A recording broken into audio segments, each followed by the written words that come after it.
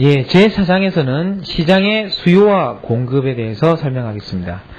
자, 그래서 경제학의 기본 원리 10가지 중에 이번에는 일반적으로 시장은 경제행위를 조합하는 아주 좋은 방법이다. 또는 경제행위를 조정하는 아주 훌륭한 기구이라고 설명한 내용을 보신 적이 있을 겁니다.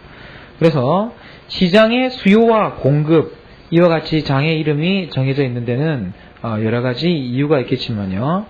시장이라는 것을 어떻게 정의할 수 있냐면 경제학자들마다 조금씩 다르게 정의를 하지만 일반적으로는 이렇게 정의를 하고 있습니다. 시장이라는 것은 수요와 공급이라는 demand and supply라는 이러한 시장에 존재하는 시장이라는 것은요. 이러한 수요와 공급이라는 상반된 힘이 만나서 결국 균형 가격과 균형 산출량을 결정하는 그런 추상적인 장소라고 이렇게 정의합니다.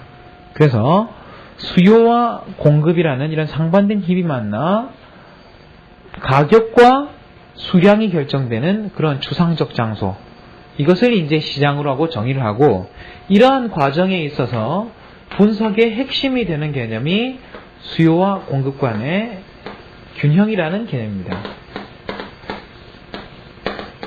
그래서 이퀄리브리움이라는 이러한 균형의 개념이 나오게 되고요. 그럼 이러한 시장의 정의를 여러분과 몇 가지 연습을 해보겠습니다. 만약에 우리가 이렇게 이야기하고 있는 시장이 구체적으로 노동시장이라면 어떻게 되겠습니까? 이 시장이 만약에 노동시장이라면 노동에 대한 수요와 노동에 대한 공급, 그러니까 노동자들과 사용자들, 기업가들이 만나서 가격, 임금이 결정되고 고용량이 결정되는, 또는 고용량이나 실업률이 결정되는 그런 시장이 바로 노동시장이 되는 것입니다. 거기에 비해서 만약에 이런 시장이 자본시장이라든지 대부시장이라면 어떻겠습니까? 자금에 대한 수요와 자금에 대한 공급이 만나. 그래서 예금자들에 의한 자금의 공급이 있을 것이고, 그 다음에 은행이 수요가 될 것이고요. 그 다음에 반대 측면에서는 기업이 자금을 수요할 것이고 은행이 자금을 공급하는 측면이 있을 수가 있습니다. 그런 경우에 자금의 수요자와 자금의 공급자가 만나서 이때는 가격이 무엇이 되겠습니까? 이때는 가격이 이자율이 결정되고 대부량이 자금의 공급량이 결정되는 시장, 이것이 바로 자금시장 또는 대부시장에서의 그런 시장의 정의가 되겠죠. 자, 이와 같이 가격기구라는 것은요, 수요와 공급에 어떤 신호를 지는 기능을 함으로써 수요와 공급이라는 이런 상반된 힘들이 아주 효율적인 방법으로 조합될 수 있는 그런 길을 제공하고, 그렇게 효율적으로 조합되었을 때 시장은 이 균형 상태에 접어들게 된다는 것이 제4장에서의 설명이 되겠습니다. 자, 그래서 시장에서 수요의 공급에 대해서 여러 가지 예를 들면서 플로리다에 한파가 닥쳤을 때 우추스 값이 상승한다. 그래서 어떤 사고가 있었을 때 가격이 결과로서 변화할 수도 있고, 그 다음에 중동에서 전쟁이 일어나서 휘발유 가격이 오르면, 그래서 먼저 가격이 변화하면 경제 주체들의 행위가 따라서 변화할 수도 있다는 것을 보이고 있습니다. 자, 그래서 4장에서 기본적으로 다루고 있는 내용은 수요와 공급이 조합되고 있는 그러한 수요와 공급에 대한 이론, 그 다음에 시장에 대한 이론을 이야기하고 있고요. 66페이지를 보시면 시장과 경쟁에 대해서 이야기를 하고 있습니다. 66페이지에 보시면 시장과 경쟁이라는 이야기가 나와 있는데, 이 시장과 경쟁에서는 앞으로 우리가 당분간 설명할 시장이 완전 경쟁이라는 시장이기 때문에 이러한 시장에 대한 기초적인 내용을 잠시 설명하고 있습니다. 그래서 맨 먼저 교과서에 보시면 경쟁시장에 대한 이야기가 나와 있습니다. 그래서 곡물시장, 그 다음에 이제 농산물시장, 축산물시장, 그 다음에 주식시장, 이와 같이 정보가 완전하게 유통되고 균일한 그러한 균질화된 상품들이 거래가 되고 시장에 누구든지 진입과 탈퇴가 가능한 그러한 시장이 이제 경쟁시장이고요. 이와 같은 경쟁시장을 결정짓는 요인들은 여러 가지가 있습니다. 컴피티티브 마켓을 결정하는 데는 여러 가지 요인들이 있는데, 맨 먼저 이와 같이 맨 먼저 시장에 있는 사람의 수가 상당히 많다는 것입니다. 이제 시장에서의 거래자 수가 매우 많기 때문에 누가 누구인지를 정확하게 측정할 수가 없고요. 그렇기 때문에 숫자가 매우 많기 때문에 이 개별 경제 주체들은 가격을 주어진 거로 받아들여야지 가격을 변화시킬 힘을 가지고 있지 못하다는 거죠. 이런 현상을 가리켜가지고 소비자들 또는 생산자들이 가격 수용자, 그래서 price taker로서의 가격을 그대로 주어진 대로 받아들이는 가격 수용자로서의 특징을 가진다고 이야기합니다. 자, 이런 특징들 때문에 사람들이 너무 많고 가격을 주어진 거로 받아들여야 하며 그 다음에 진입과 탈퇴가 entry and exit라고 이야기를 하는데요. 진입과 탈퇴가 항상 자유롭기 때문에 기업들은 추가적인 이윤을 누릴 수가 있겠습니까? 없겠습니까? 추가적인 이윤이 있다면 누구든지 들어와서 그 이윤을 가지고 나가버릴 것이기 때문에 기업들은 추가적인 이득을 가질 수가 없게 되는 겁니다. 자, 이와 같이 경쟁시장을 결정짓는 요인에는 여러 가지가 있습니다. 구성자의 수가 가장 많다는 거하고요. 그 다음에 가격을 주어진 것으로 받아들여야 한다는 그러한 가격 수용자로서의 특징. 그 다음에 이윤이 발생할 수가 없다. 그래서 초과 이윤을 누릴 수 없다는 이 세 가지 특징이고, 예전에는 경쟁시장을 결정짓는 요인 중에 이 기업의 수가 무수히 많다는 것에 많은 초점을 기울였지만, 지금은 기업의 행태에 직접적인 영향을 주는 가격을 주어진 것으로 받아들여야 한다는 이런 가격 수용자로서의 특징이 경쟁시장을 결정짓는 가장 큰 요인으로 이야기가 됩니다. 자, 그 다음에 완전 경쟁시장과 그 다음에 여타 경쟁시장 이런 식으로 해가지고 경쟁시장을 구분하고 있는데요.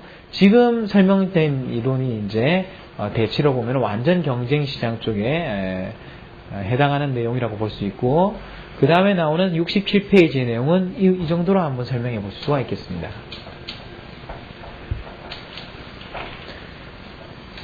자, 수요와 공급을 조합하는 그런 수요 공급의 이론에 있어가지고 시장은 이렇게 구분될 수 있습니다. 자, 기업의 숫자를 기준으로 했을 때 예전에 의한 구분에 의하면요, 기업의 숫자가 하나인 경우가 있고 무수히 많은 경우가 있겠죠. 하나인 경우가 있고 무수히 많은 경우가 있어서 이와 같이 하나인 경우가 모노폴리라고 불리는 독점 시장이 되고요. 그 다음에 기업의 숫자가 무수히 많은 경우가 완전 경쟁 시장에 가깝겠습니다. 그 다음에 독점도 아니고 완전 경쟁도 아니지만 기업이 한 3개에서 4개, 한 그 정도 되는 시장의 조합이 이루어졌을 때, 3개에서 한 5개 정도의 조합이 이루어졌을 때, 이러한 경우가 이제 몇 개의 그런 시장의 기업에 있어서 시장이 조합된다. 그래서 과점이라고 불리는 시장이고요.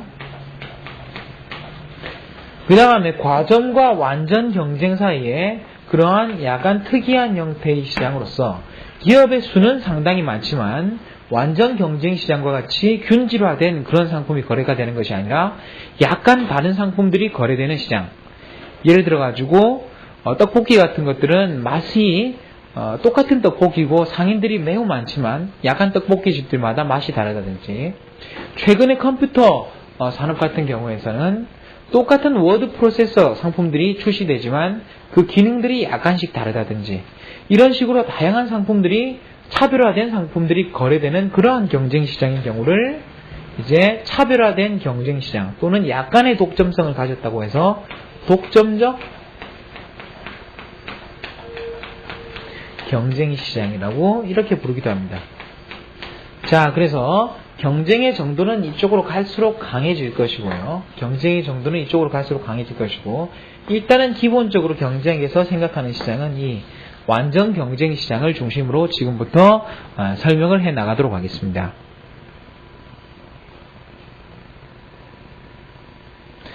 자, 67페이지 가운데 보시면 시장이란 무엇인가, 시장이 경쟁적이라는 것은 어떤 의미인가, 지금까지 제가 설명드린 내용이고요. 시장이란 수요와 공급이 만나서 균형 가격과 균형 거래량을 결정짓는 추상적인 장소이고, 이러한 시장에서 핵심적인 개념으로서 사용되는 것이 균형이라는 개념이라고 말씀드렸습니다. 그 다음에 시장이 경쟁적이라는 것은 여러 가지 그러한 개념 요소를 가지고 있는데요. 기업 수가 많다든지, 가격을 주어진 거로 받아들여야 한다든지, 초과 이윤을 누릴 수 없다든지, 이러한 개념 요소들을 가지고 있지만 가격을 주어진 것으로 받아들일 수밖에 없다는 것이 경쟁에 있어서의 가장 핵심적인 요인이라고 말씀드린 바 있습니다. 자, 그러면요, 그 다음에서는 시장을 구성하는 가장 첫 번째 요인이었던 수요부터 그 구체적인 결정 과정에 대해서 한번 설명해 보겠습니다.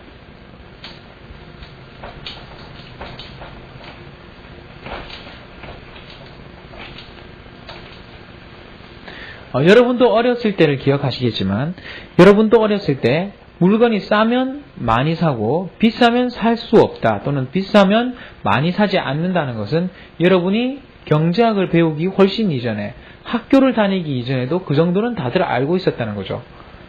자, 그런 기본적인 원리가 여기서 설명되게 되는데요. 그러면 이제 경제학을 여러분들이 좀 더 구체적으로 접하게 되셨으니까요, 다시 한번 여쭤보겠습니다.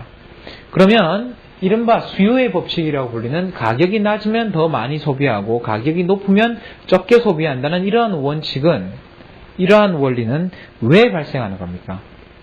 기본적으로 이러한 수요의 법칙은 가격이 낮으면 다른 상품을 적게 포기하고서도 이 재화를 더 많이 소비할 수 있기 때문에 수요량을 늘릴 수 있는 것이고요.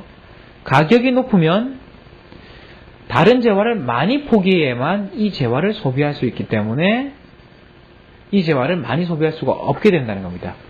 다른 말로 얘기하면 수요의 법칙에서도 아까 말씀드렸던 그런 기회비용이라는 것이 사실은 가장 핵심적인 요인으로 사용된다는 것을 여러분들이 확인을 하실 수가 있을 거고요. 그래서 개별 수요의 결정 변수에서 맨 먼저 나와 있는 것이 가격입니다. 당연히 가격이 높으면 사람들은 적게 쓰고 가격이 낮으면 많이 쓸 것이라는 것이 일반적인 요인이고, 두 번째 수요의 결정 요인이 이제 소득인데요. 소득이 많으면 어떻겠습니까? 소득이 많으면 일반적으로 어떤 재화든지 좀 더 많이 소비하게 되는 성향이 있겠죠. 그래서 소득 역시 보통 일반적으로 사람들의 재화에 대한 소비를 느리게 하는 그런 요인 중에 하나입니다. 그렇지만요, 때로는 재화에 따라 가지고는 소득이 증가하는 경우에, 일반적인 경우에는 소비를 느리지만 때로는 소비를 감소시키는 경우도가 있습니다. 예를 들어서 소득이 크게 증가했을 때 사람들은 버스나 전철을 적게 타고 택시를 타고 싶어 하든지, 아니면 자가용을 굴리고 싶어 하는 속성이 있다는 거죠. 그럴 것 같으면 이 자가용 사용에 대한 이 버스나 지하철 사용은 어떻습니까? 소득이 증가할 때 상대적으로 그 양이 감소하는 그런 재화라고 볼 수 있고요. 이렇게 일반적으로 소득이 증가할 때 소비를 느리는 재화를 정상재라고 이야기를 하고, 소득이 늘어날 때 소비를 줄이는 재화를 가리켜가지고 열등재라고 이야기합니다. 그래서 사람들이 점차 소득이 늘어날 때 이 재화에 대한 매력이 점점 떨어진다는 그런 이야기를 하고 있는 셈이죠. 그래서 정상재와 열등재의 구분은 앞으로 수요 이론에서 중요한 역할을 하게 되기 때문에 미리 정확하게 구분을 해 주십시오. 그 다음에 이제 연관재의 가격입니다. 자, 그래서 냉동 요구르트의 예를 통해서 이야기를 하고 있는데요. 예를 들어가지고 이제 커피, 그 다음에 홍차, 이런 경우를 생각해 보십시오. 사람들은 커피를 마셔도 되고 홍차를 마셔도 되는 이런 선호를 가지고 있지만, 커피에 대한 다른 요인이 전혀 변하지 않더라도, 커피의 가격이나 소득이 변하지 않더라도 홍차 가격이 내리면 상대적으로 어떻습니까? 홍차를 더 적은 가격으로 사 먹을 수 있기 때문에 수요가 홍차 쪽으로 몰릴 것이고, 커피의 수요가 줄어들 수 있다는 거죠. 홍차의 가격이 내리면 홍차의 수요를 늘리기 때문에 커피의 수요는 줄어들 수 있다는 겁니다. 그래서 연관재의 가격, 일반적으로 이와 같이 가격이 하락할 때 이 재화로 가격이 수요가 몰린다면 소비가 줄어들 수 있는 경우가 많이 발생할 수 있고요. 반대로 이런 경우는 어떻습니까? 커피와 설탕의 경우에는 커피를 마실 때 설탕을 넣어서 먹어야 하기 때문에 설탕 가격이 상승해서 설탕의 소비가 줄어들게 된다면 설탕을 많이 못 먹기 때문에 커피도 따라서 못 먹게 되는 경우도 나타날 수 있죠. 자, 이와 같이 연관되어 있는 재화가 있을 때 그 재화의 가격 역시 한 재화에 대한 수요를 변화시킬 수 있는 그런 요인으로 작용한다고 볼 수 있습니다. 그 다음에 취향이라는 이야기가 나와 있는데요. 이 취향이라는 이야기는 사실 경제학에서 설명할 대상은 아닙니다.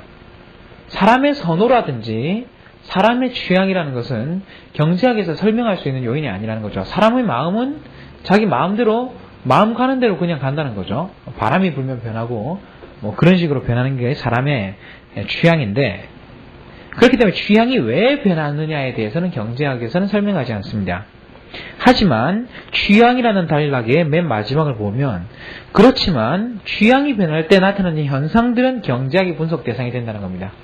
그래서 사람들이 만약에 갑자기 아이스크림보다는 야구르트를 좋아하게 됐다고 생각해 보십시오. 아이스크림보다는 야구르트를 좋아하게 됐다면 아이스크림 가격은 떨어지고 야구르트 가격은 상승할 거라는 거죠. 이와 같이 취향이 왜 변하느냐에 대해서는 설명하지 않지만 사람들이 야구르트를 더 좋아하게 됐을 때 야구르트 가격이 상승하고 야구르트 산업에 어떤 영향을 미치게 될 것이냐는 것은 경제학의 분석 대상이 된다는 겁니다. 자, 그 다음에 미래에 대한 기대의 이야기가 나오는데요. 이 이야기는 약간 주의를 해 주십시오.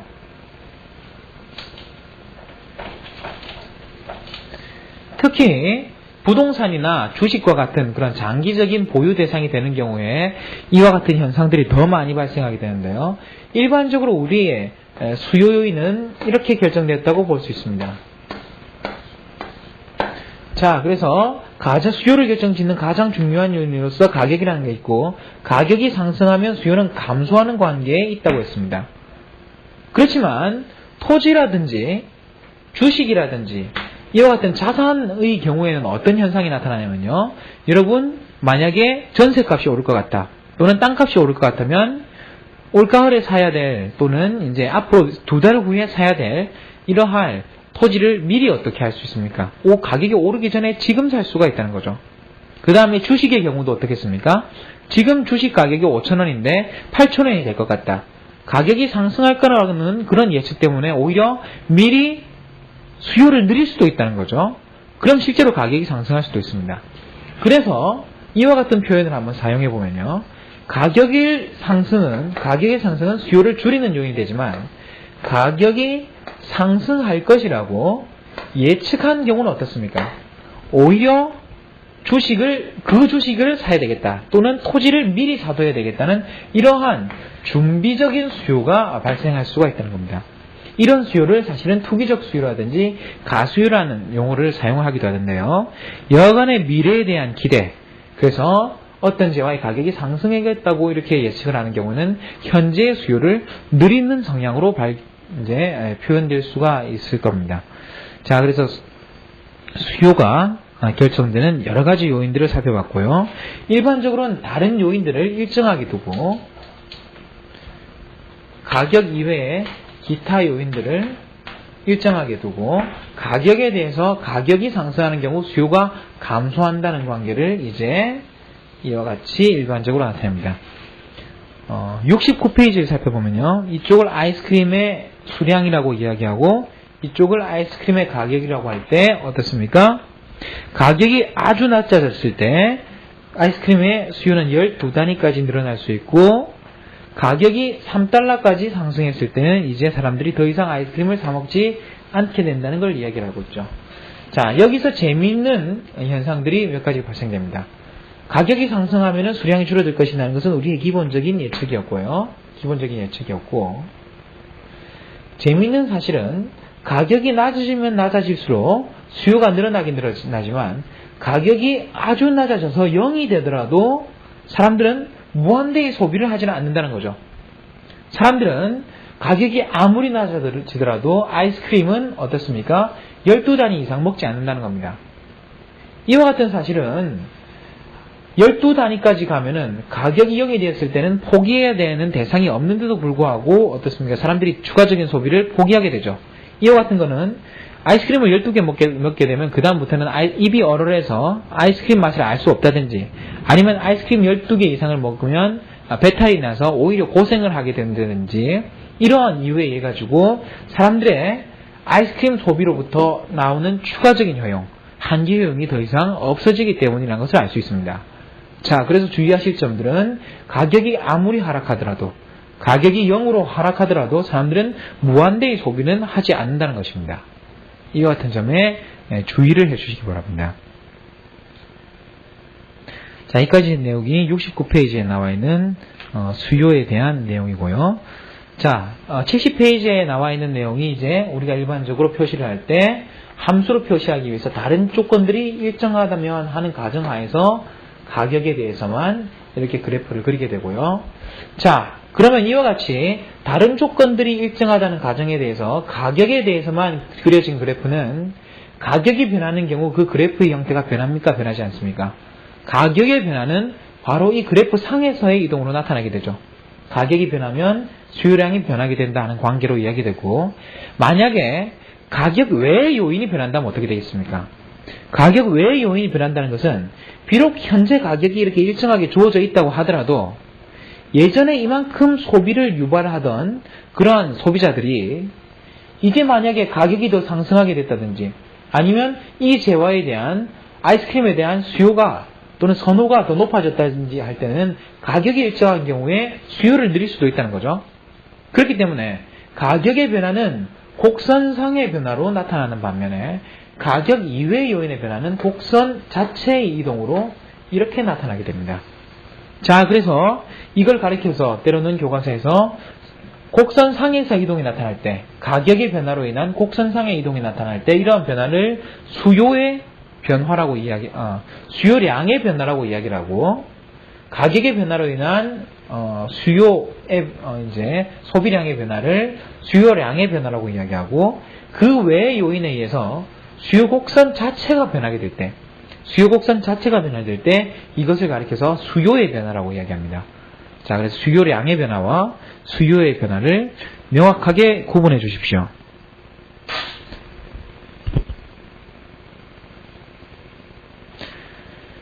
자, 이러한 예는 72페이지에 보면은 이제 수요 곡선의 이동 해가지고 이제 좀 자세히 이야기가 나와 있는데요.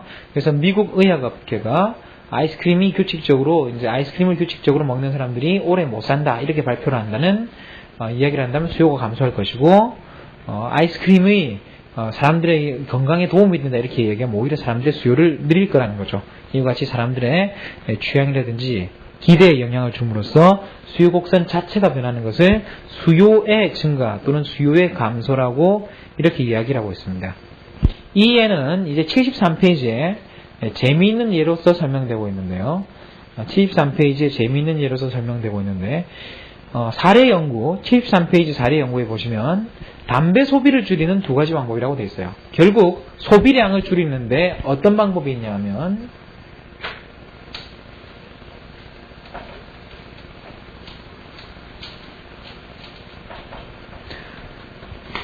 자, 담배 소비를 줄이는데 두 가지 방법이 있는데, 첫 번째 방식은 현재 담배의 가격이 이와 같이 P로서 주어져 있다고 할 때, 지금 현재 소비량이 이만큼일 것이고요. 이런 경우에 담배값 표지에 위암 환자의 또는 폐암 환자의 그런 사진을 보여준다든지, 아니면 경고 문구를 삽입한다든지, 이와 같은 방식을 통해 가지고 사람들이 담배를 소비할 때 느끼는 그러한 그 심적인 비용을 높여준다는 거죠.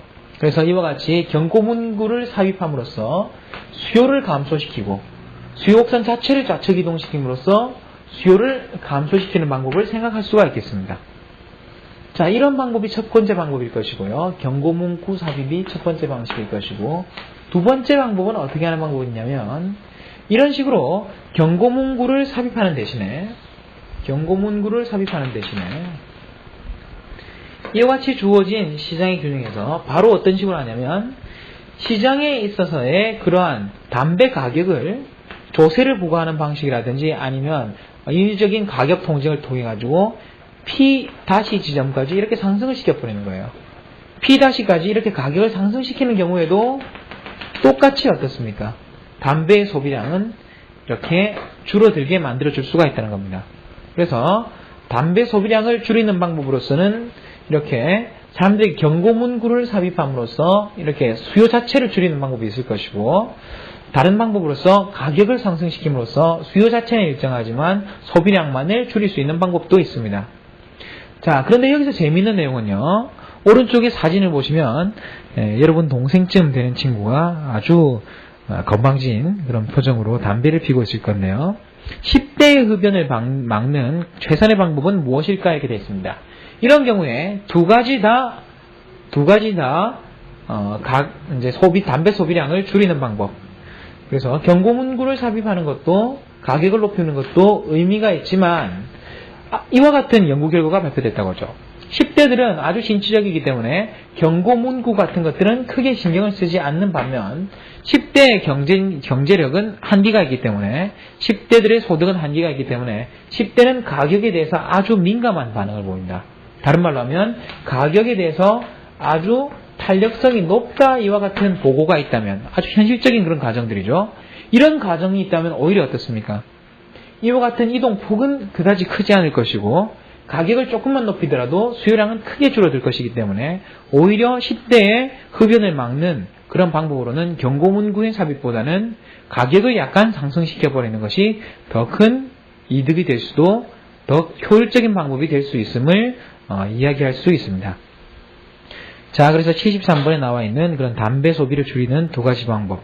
이 케이스는 아주 재미있는 예이고 수요의 변화와 수요량의 변화를 아주 잘 설명하고 있기 때문에 여러분들이 나름대로 잘 준비를 해주시기 바랍니다. 자, 수요에 대한 설명을, 기본적인 설명을 끝내기 전에 이제 시장의 수요와 개인의 수요에 대한 이야기를 잠시 하겠습니다.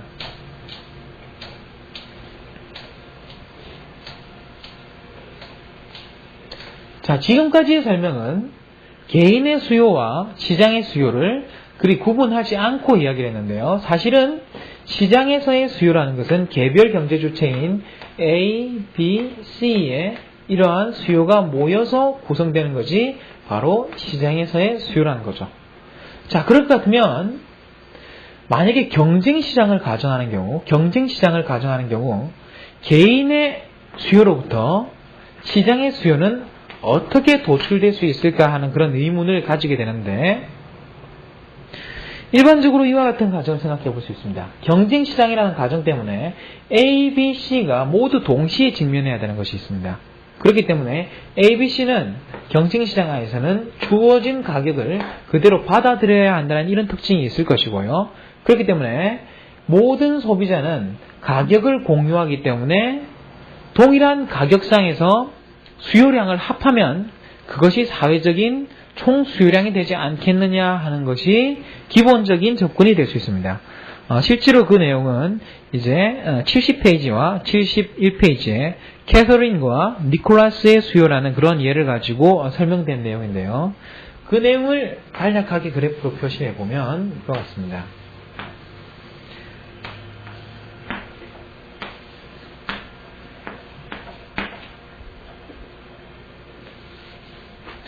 자, 그래서 이쪽을 수요량, 이쪽을 가격이라고 이렇게 표현했을 때 A와 B라는 두 사람이 있다고 가정하고요.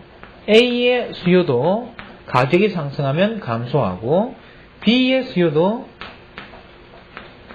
가격이 상승하면 줄어들고 가격이 하락하면 증가하는 이런 특징을 가지고 있다고 했습니다. 이 두 사람의 수요로부터 시장의 수요가 도출되는데 두 사람의 특징은 경쟁시장이라는 가정하에서는 만약에 가격이 주어진다면 그 가격을 주어진 거로 바라봐야 된다는 겁니다. 가격을 주어진 거로 바라봐야 되기 때문에 A가 이만큼 수요, B가 이만큼의 수요라고 했을 때 경제적인 총 수요량은 이만큼을 합한 이만큼이 시장의 총 수요가 된다는 거죠.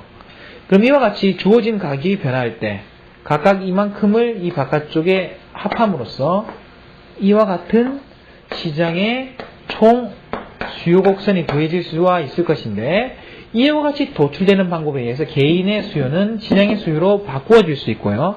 이러한 방식을 가리켜서 주어진 가격에 대해서 수량을 합하고 있기 때문에 시장 수요는 개인들의 수요의 수평합으로 구성된다고 볼 수 있습니다. 시장의 수요는 개인의 수요의 수평합으로 구성된다고 볼 수 있습니다.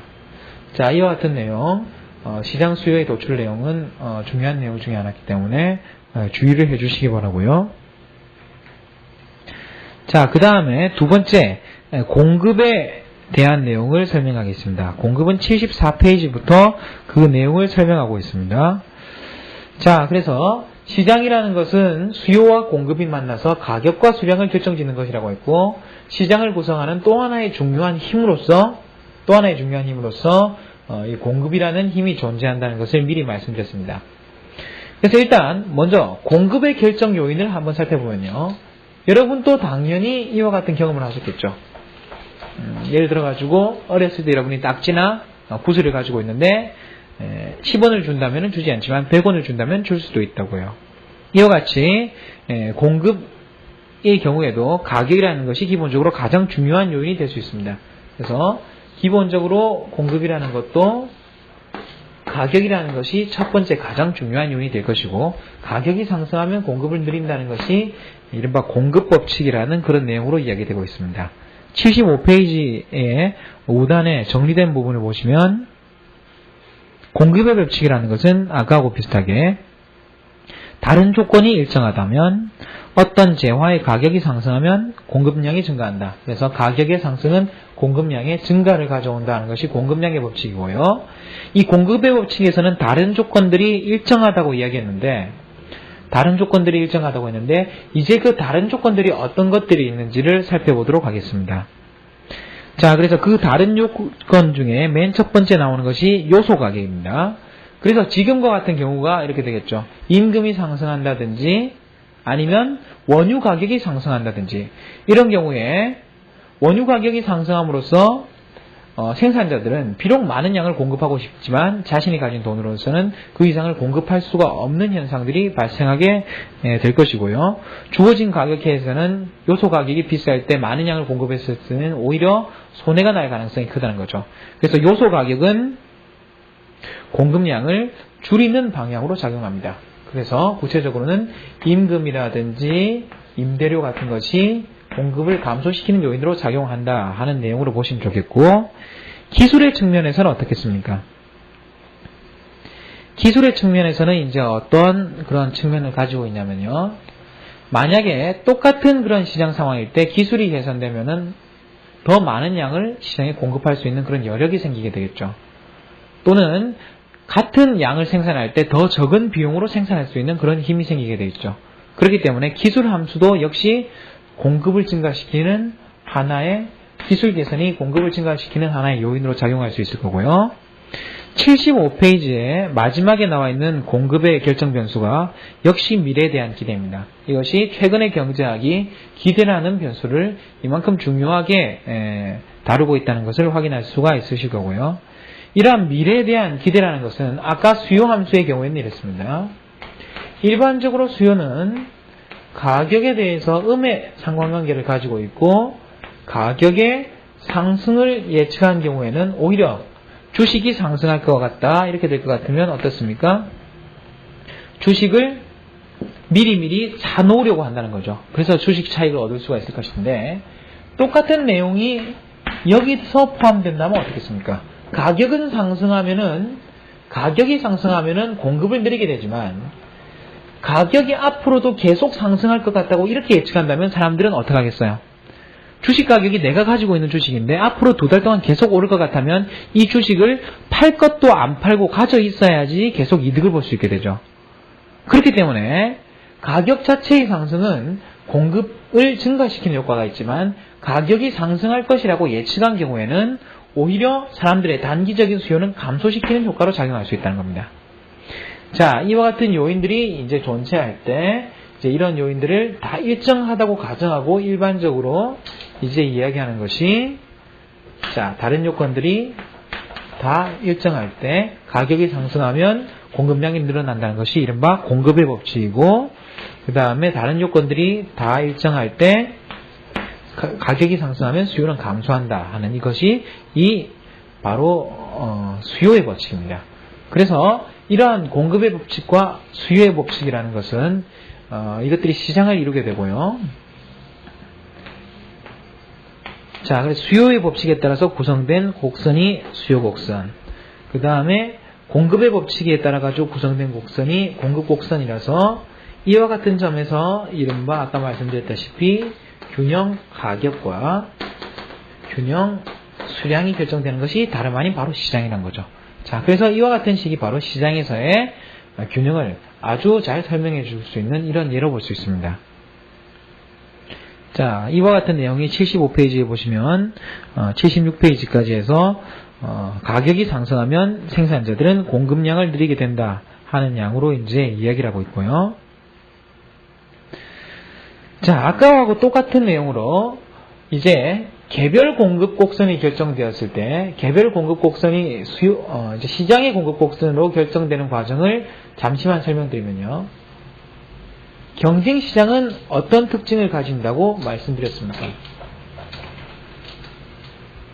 경쟁 시장의 특징이라는 것이 수요자 공급자 할 것 없이 주어진 가격을 그대로 받아들여야 한다는 그런 특징을 가지고 있다고 그랬죠. 그렇기 때문에 A라는 소비자, B라는 소비자들이 주어진 가격을 똑같이 받아들이고 있기 때문에 그 가격 하에서의 수요량을 합하면 시장에서의 수요량이 된다고 말씀드렸습니다. 그 다음에 공급량의 경우도 그럴 것 같으면 A라는 공급자와 B라는 공급자가 있으면 이 두 공급자는 사실은 동일한 가격을 직면하게 될 것이고요. 동일한 가격을 직면하게 될 것이고 A가 만약에 100단위, B가 또 100단위를 이렇게 공급하게 된다면 시장은 총 200단위를 공급하게 될 거라는 겁니다. 그렇기 때문에 수량과 가격이와 같이 주어진 상황에서 개별 공급자들의 공급량이 SA와 SB로 주어진 경우, 만약에 SA와 SB로 주어진 경우, 만약에 현재 가격이 P0로 주어진다면 A의 공급량은 이만큼이고 B의 공급량은 이만큼이 되기 때문에 경제 전체적인 총 공급량은 이 B의 공급량에다가 A 공급량을 더한 만큼인 이만큼을 우측으로 더 빼서 이 점을 연결한 이 곡선이 바로 시장에서의 공급 곡선이 되게 된다는 거죠.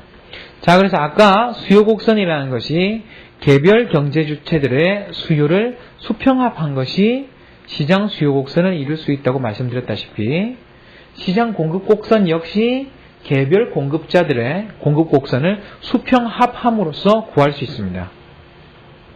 자, 이와 같이 설명한다면 아까 수요 곡선에서도 그랬고 공급 곡선에서도 그랬고 개별 이러한 공급 곡선과 시장 수요 곡선이 이렇게 그려져 있는데 이런 경우에 재미있는 현상을 하나 발견할 수 있습니다. 발견할 수 있는 재미있는 현상은 똑같은 만큼의 가격 변화에 대해서 개별 소비자들의 이런 변화의 크기를 합한 것이 바로 시장의 수요 변화량이라는 거죠. 또는 공급 변화량이라는 거죠. 이렇게 될 것 같으면 수요 곡선에서도 그랬고 공급 곡선에서도 그랬던 것이 개별 수요 곡선이나 개별 공급 곡선보다는 시장 수요 곡선, 시장 공급 곡선은 반드시 더 완만한 기울기를 가지게 되어 있습니다. 자, 한 가지 주의해 주십시오. 개별 수요, 개별 공급 곡선에 비하면 시장 수요 곡선, 시장 공급 곡선은 보다 더 완만한 기울기를 가지게 된다는 것을요, 여러분이 주의를 해 주십시오. 이러한 예는 교과서 78페이지, 79페이지에서 벤의 공급 곡선이나 제리의 공급 곡선에 비해서 시장의 공급 곡선이 훨씬 더 완만한 기울기를 가지고 있음을 여러분들이 아마 확인하실 수가 있을 겁니다. 자, 그와 같은 예로서 여러분들이 준비를 해 주시기 바라고요.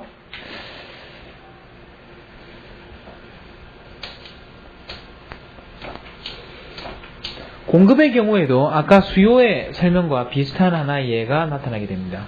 자, 그래서 일반적으로 공급 곡선이 이렇게 주어질 때 만약에 이러한 공급을 예를 들어서 그렇게 좋은 예는 아니라고 생각하지만 매춘이라고 한번 생각해보죠.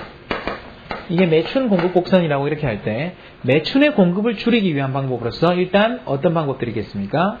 매춘에도 아마 가격이라는 것이 있겠죠. 거기에 대해 가지고 경찰이 일제 단속을 수행함으로써 사람들이 이러한 매춘 서비스를 많이 서비스를 할 수 없도록 이와 같이 서비스량을 줄이는 방법도 있을 겁니다. 공급 곡선 자체를 이동시키는 방법도 있을 것이고, 또 하나의 접근 방법으로서는 가격 자체를 어떻게 해버리는 거예요. 원래 이만큼의 가격을 가지고 있던 이 서비스를 가격을 이만큼으로 떨어뜨린다면 이렇게 탈선하는 그러한 나쁜 케이스들을 가격을 조정함으로써만 어떻습니까? 아까하고 똑같은 효과를 거둘 수 있다는 거죠. 이와 같이 인위적인 그런 시장이 힘을 가함으로써 공급 곡선과 수요 곡선 자체를 변화시킬 수도 있지만, 바로 정부의 정책 입장에서는 가격만 변화시킴으로써도 얼마든지 의도했던 결과들을 똑같이 거두어 드릴 수 있음을 확인할 수 있습니다. 그래서 공급 곡선의 경우에도 공급 곡선 자체가 변하는 것을 공급의 변화, 그 다음에 가격의 변화함으로써 공급 곡선 산에서 이렇게 이동하게 되는 변화를 가리켜서 공급량의 변화라고 한다는 것을 주의해 주시기 바랍니다. 자, 이제 수요와 공급에 대해서 어느 정도 설명이 됐기 때문에 바로 마지막 개념인 균형에 대해서 설명하겠습니다. 자, 아까 맨 먼저 설명했던 내용을 다시 한번 확인해 보면요. 시장이라는 것이 무엇이냐 하는 물음에 대해서 일반적으로 수요와 공급이라는 이러한 상반된 힘이 만나서 균형 가격과 균형 공급량이 결정되고, 이와 같은 과정에서 중요한 역할을 하게 되는 개념이 바로 균형이라는 개념이라고 이야기했습니다. 자, 그래서 이제 80페이지에 보면 균형 가격과 균형 거래량이라는 내용이 나와 있는데요. 자, 그래서 일단은 수요와 공급의 균형이라는 것을 이야기하고 있기 때문에, 수요와 공급의 균형이라는 것은 수요와 공급의 양이 정확하게 일치된 상황을 균형이라고 이야기합니다. 수요와 공급의 양이 일치한 상황을 균형이라고 이야기를 하는데, 그러면 수요와 공급의 양이 일치한 경우를 왜 균형이라고 부르냐는 거죠. 이 균형이라는 용어의 원래의 의미는, 다른 충격이 존재하지 않는 한, 외부에서의 충격이 존재하지 않는 한 변하지 않는 상태를 유지하라고 할 때 그때를 균형이라고 이야기를 하는데요. 자, 그러면 이러한 시장의 균형과 균형이지 않은 경우에 어떤 변화가 나타나는지는 80페이지와 81페이지의 두 가지 그래프를 통해서 확인하실 수가 있을 겁니다. 자, 그래서 균형의 달성 과정에 대해서는 이제 왈라스적인 접근과 마샬적인 접근이라는 두 가지가 있는데요. 교과서에는 왈라스적인 접근을 하고 있어요. 일단 이해가 더 쉽기 때문에 한번 살펴보겠습니다. 자, 그래서 수요와 공급이라는 상반된 힘이 존재하고, 이와 같은 경우에 만약 가격이 지금 현재 100이라면 어떻습니까? 수요와 공급량이 일치하기 때문에 다른 충격이 없는 한 시장이 변화를 일으키지 않을 것입니다. 수요자도 공급자도 똑같은 양을 제공하고 똑같은 양을 가져가고 있기 때문에 남아도는 생산량이라든지 모자라는 생산량이 없는데요. 만약에 지금 현재 가격이 120으로 설정되어 있다고 생각해 보십시오. 이와 같은 경우에는 120의 가격 하에서는 공급자들은 이만큼의 공급을 하고 있고 수요자들은 이만큼의 수요를 하고 있기 때문에 무엇이 존재합니까? 수요하는 양보다 더 많은 excess supply 해가지고 초과 공급이 존재하는 거죠. 초과 공급이 존재하기 때문에 현재와 같은 상황이 지금 나타나고 있다면 공급자들은 어떻게 하겠습니까? 자신은 이만큼 팔고 싶지만 수요자들은 이만큼밖에 사지 않고 있기 때문에 실제로 팔고자 하는 가격을 약간 더 낮춘다면 어떻습니까? 소비자들을 더 많은 양을 소비하게 만들 수 있죠.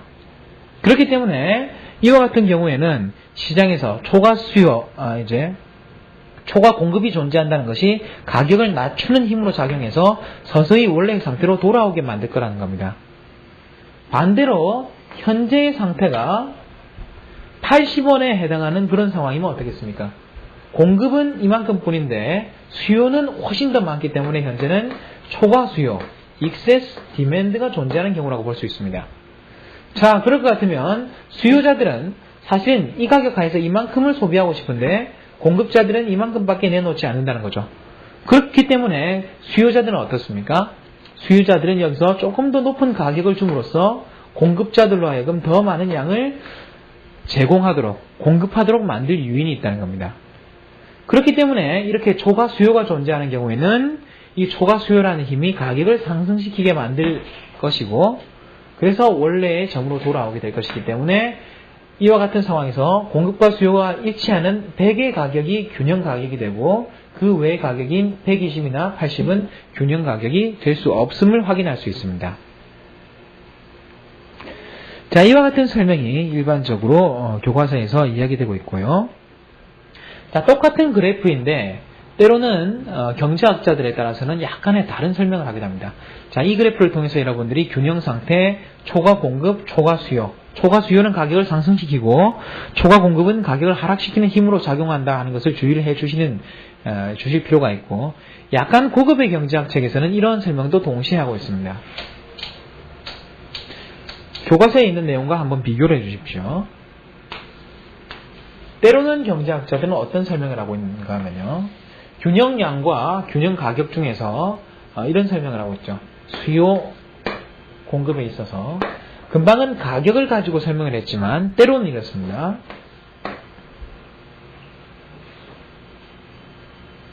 이 수요 곡선이라는 것과 공급 곡선이라는 것은 제가 첫 시간에 어떤 설명을 드렸었나 하면, 공급 곡선이라는 것은 이만큼의 가격이 제공되었을 때 사람들이 이만큼 가격 하에서 이제 이 가격이 주어졌을 때 이만큼을 공급한다는 뜻이었는데요. 이건 다른 뜻으로 이야기하면 이 양에서 정확하게 이까지만 공급했다는 것은 이 이전에는 이 가격보다 적은 비용을 들일 수 있었기 때문에 이득을 얻었을 것이고, 이 이후에는 이 가격보다 더 많은 비용을 들여야 하기 때문에 손해가 나기 때문에 공급을 안 했을 거라고요. 그렇기 때문에 정확하게 이 높이는 기업의 한계 비용과도 같다고 이렇게 이야기를 했습니다. 거기에 비해 가지고 수요 곡선의 높이는 추가적인 소비로 인한 그런 만족도를 의미한다고 했는데요. 그럼 이와 같은 경우에는 어떤 현상이 발생하게 되겠습니까? 만약에 현재 공급량이 이렇게 주어졌다면 생산자들이 들여야 하는 추가적인 비용은 이만큼밖에 안 되는 거죠. 거기에 비해 가지고 소비자들의 만족도는 어떻습니까? 소비자들의 만족도는 이만큼이기 때문에 생산자와 소비자가 만난다면 어떤 합의가 가능하냐면, 생산자가 들여야 하는 비용보다 소비자들이 낼 수 있는 그러한 만족도의 크기가 훨씬 크기 때문에 공급을 늘리자는 합의가 가능하겠죠. 거기에 비해서 현재 공급량이 이와 같이 주어지면 어떻겠습니까? 생산하는 데는 비용이 이만큼이 들어가는데 수요자들은 이만큼의 만족밖에 얻지 못하기 때문에 생산자로 하여금 오히려 생산을 줄이게 하는 힘으로 작용할 거라는 겁니다. 그래서 아까와 같이 초과 수요와 초과 공급이라는 측면에서도 접근 가능하고, 생산자와 소비자 간의 한계 비용과 한계 편익이라는 측면에서도 접근 가능하다는 것을 한번 비교를 해 주시기 바랍니다. 자, 이러한 기본적인 분석하에 이제 균형이라는 분석하에서요, 이제 균형의 변화에 대한 분석을 시도하게 되는데요. 이러한 분석을 가리켜서 82페이지 아래쪽에 보면 이제 가로에 보면 comparative statistics라고 해서 비교 정학 분석 또는 비교 정태 분석이라고 이야기되는 것을 이야기합니다. 그래서 비교 정태 분석을 가장 간단하게 이야기하면 이렇게 됩니다.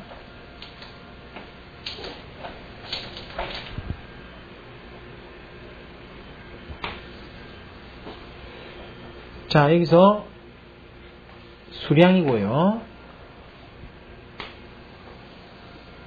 자동차에 대한 수요와 공급이 이렇게 주어졌다고 하겠습니다. 이런 경우에 만약에 원유가에 오일 프라이스에 상승이 있다고 한다면 자동차 생산 비용을 상승시킴으로써 이와 같이 시장을 변화시킬 것입니다. 그래서요, 자, 이와 같은 경우에 원래 균형이 이와 같은 점으로 주어져 있고, 그 다음에 원래의 균형이 이와 같은 점으로 주어져 있고 새로운 균형이 이와 같은 점으로 주어졌을 때 자, 비교 정태 분석은 어떠한 충격에 의해서 어떤 충격, 원유 가격의 변화라는 이런 외부의 충격에 의해서 예전의 균형으로부터 새로운 균형으로 어떤 변화를 일으켰느냐 하는 거죠. 그래서 이런 원유 가격의 상승이라는 것이 이 사이에 어떤 일이 생겼는지는 모르겠지만 이 두 균형을 비교할 때 공급량은 줄이고 가격을 상승시키는 이런 변화를 가져왔음을 분석하는 현상, 이런 것들을 비교 정태 분석이라고 이야기를 하고요. 83페이지 아래쪽에 보면은 이제 그 재미있는 얘기가 하나 나와 있습니다. 83페이지에는요, 이제 더위가 이제 심각해짐에 따라 가지고 올 여름에 이상하게 더운 바람에 사람들의 아이스크림에 대한 수요 곡선이 늘어난 거죠. 그럼 외부로부터 나타난 충격은 다름 아닌 더위가 극심해진 겁니다. 더위가 극심해짐에 따라 가지고 최초의 균형과 새로운 균형은 수요 곡선의 우측 이동을 통해서 어떻습니까? 수량 7 가격 2달러에서 수량 10 가격 2.5달러로 변하게 됩니다. 자, 그래서 외부의 충격이었던 이러한 더위의 증가 또는 기온의 증가는 판매량 증가와 가격 상승으로 이어진다고 보는 것이 다름 아닌 이 비교 정학 분석의 그런 예라고 볼 수 있겠습니다. 자, 그래서 84페이지에 보면은 이제 다른 예가 하나 나와 있죠. 그래서 공급 감소가 균형에 미치는 영향에서 이제 만약에 지진으로 인해 가지고 아이스크림 공급이 감소했다면 이것과 같은 예가 되겠죠. 지진으로 인해 가지고 아이스크림 공장이 무너지고 아이스크림 공급이 줄어들었다면 총 판매량도 줄어들 것이고 그 다음에 어떻습니까? 가격은 상승하게 될 것이다 하는 예가 84페이지 그래프에 자동적으로 이제 나오고 있습니다. 이런 경우에 이제 교과서에도 언급되어 있듯이요. 총 소비량이 E0에 해당하는 양에서 E1에 해당하는 양으로 줄어듦에 따라 가지고 7단위에서 4단위로 소비는 분명하게 줄어들고 있는데 이런 소비 측면에서의 변화는 수요의 변화입니까? 아니면 수요량의 변화입니까? 자, 아까 말씀드렸다시피 지금 현재는 수요 자체는 어떻습니까? 수요 자체는 여기서 수요 곡선이 변하지 않고 있기 때문에 가격 이외의 요인에 의해 가지고 수요 곡선은 변하는 것이 아니란 거죠. 그렇기 때문에 수요량은 수요 곡선을 타고 이렇게 이동하고 있기 때문에 이러한 변화는 수요의 변화가 아닌 수요량의 변화가 나타난 것으로 볼 수가 있습니다. 거기에 비해서 공급은 어떻습니까? 공급은 공급 곡선 자체가 변했기 때문에 공급량의 변화라기보다는 공급의 변화가 나타났다고 보는 것이 더 타당한 경우라고 보겠습니다. 자, 이까지의 내용을 주의해 두시고요. 마지막으로 한 가지 여러분에게 주의사항을 말씀드리겠습니다. 때로는 사람들이 많은 착각을 하는 경우 중에 하나인데요. 수요와 가격 간에 이제 어떤 관계가 있느냐 이렇게 이야기를 하는 거죠. 그래서 한번 생각해 보십시오. 수요가 상승하면 어떻습니까? 수요가 증가하면 일반적으로 지금까지 분석에 의하면요. 가격이 상승하죠. 그래서 더위로 인해서 아이스크림 수요가 증가하면 공급은 일정할 것 같으면 아이스크림 가격을 상승시킬 거라고요. 그래서 이렇게 볼 것 같으면 어떻습니까? 수요의 증가는 가격의 상승을 가져온다. 그래서 수요와 가격 간에는 정의 상관관계를 가진다. 이렇게 생각할 수도 있죠. 그 다음에 또 한편 이걸 뚝 끊어두고 다른 쪽을 보자는 거죠. 다이런 요인은 일정할 때 만약에 가격이 상승한다면 일반적으로 수요는 어떻게 된다고 했습니까? 가격이 상승하면 수요 곡선이 어떻습니까? 수요 곡선상에서 수요는 감소하게 돼 있죠. 이해가시죠? 자, 그렇기 때문에 또 다른 측면에서는 수요량과 가격은 이와 같이 플러스의 요인을 가지고 있기도 하지만 마이너스 요인을 가지고 있기도 하다는 겁니다. 자, 그런데 하나 주의하실 것은 여기서 수요가 증가할 때 가격이 상승한다는 것은 어떤 변화였습니까? 다름 아닌 더위로 인한 수요 곡선 자체의 변화가 나타날 때는 어떻습니까?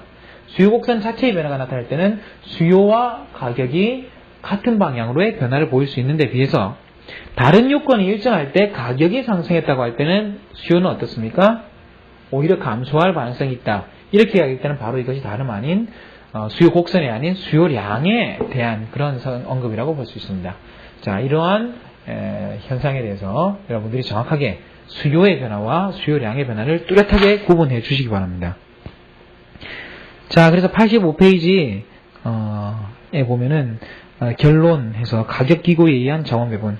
그래서 얼마만큼을 생산하고 얼마만큼을 소비할 것인가 하는 것이 시장에서의 가장 중요한 그러한 결정 과정 중에 하나인데 지금까지 과정을 통해 가지고 가격이라는 것이 상반된 힘인 수요와 공급을 조합하는 하나의 좋은 예가 됨을 이렇게 설명하고 있습니다.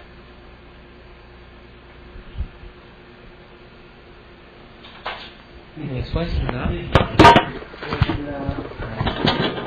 책을 잃어버려가지고 책을 한 번 새로 샀어요. 아, 그러셨어요? 예. 네, 고맙습니다. 네.